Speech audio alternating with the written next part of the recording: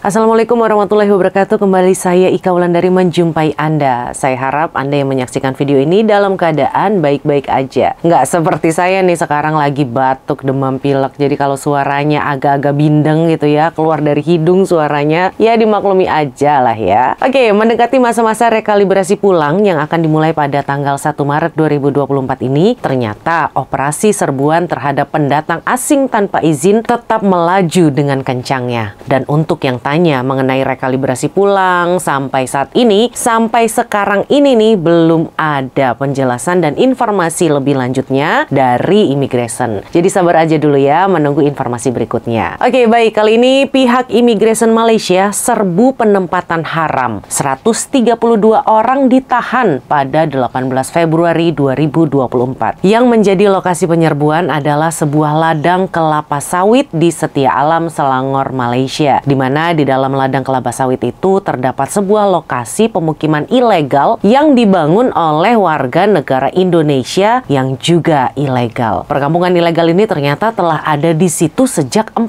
tahun yang lalu. Setelah 4 tahun perkampungan ini suara apa tuh?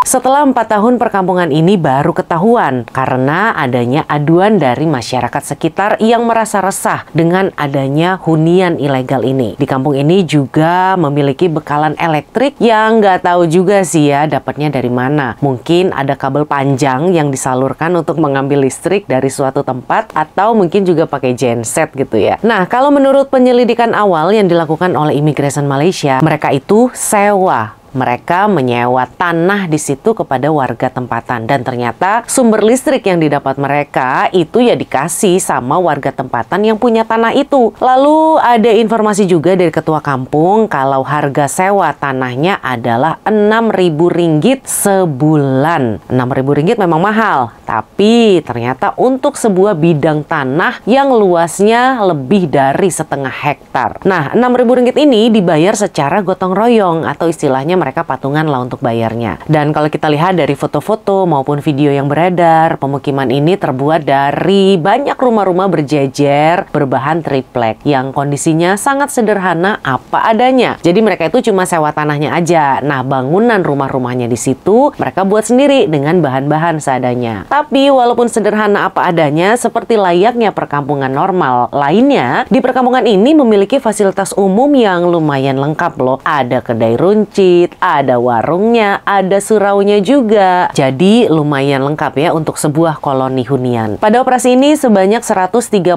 orang pendatang asing tanpa izin telah ditangkap. Mereka terdiri dari 76 lelaki, 41 wanita, 13 anak-anak, dan juga ada 1 orang bayi. Semuanya adalah warga negara Indonesia. Hanya nyempil 2 orang warga Bangladesh diantaranya. Kebanyakan dari mereka ini bekerja sebagai tukang cuci, pembantu restoran, dan juga sebagai tukang bangunan di sekitarnya atau sebagai kerja kontrak. Dan kesemua mereka yang ditangkap dipercayai tinggal di penempatan ilegal ini karena sengaja mengelak daripada dikesan oleh pihak berkuat kuasa. Ketika serbuan, ya pasti ada aja yang coba meloloskan diri, akan tetapi percobaan tersebut gagal karena pihak Immigration kan sudah sering ya menghadapi orang-orang yang coba kabur. Mereka sudah punya banyak taktiknya, jadi mudah aja untuk menangkapnya kembali. Dan antara kesalahan yang dikenal pasti adalah tidak memiliki dokumen pengenalan diri alias tidak punya paspor dan tinggal lebih masa serta lain-lain kesalahan yang melanggar Akta Immigration 1959-63, Akta Paspor 1966, dan Peraturan-Peraturan Immigration 1963. Kesemua tahanan saat ini ditempatkan di Depo Immigration Semenyi untuk tindakan hukum lebih lanjut. Ya itulah ya nasib badan menjadi orang kosongan dan ilegal di Malaysia ini. Kalau ada operasi, ketangkep, ya masuk penjara. Memang kita niatnya merantau, tapi jika merantau ke negara orang, tentunya harus dengan cara yang benar. Memang kita di sini berjuang mencari rezeki untuk keluarga, tapi berjuang di negara orang pun ada aturannya. Berjuang di negara kita sendiri pun kalau kita berbuat kesalahan kan pasti dihukum ya. Apatah lagi ini di negara orang. Padahal sedih loh ini lihatnya.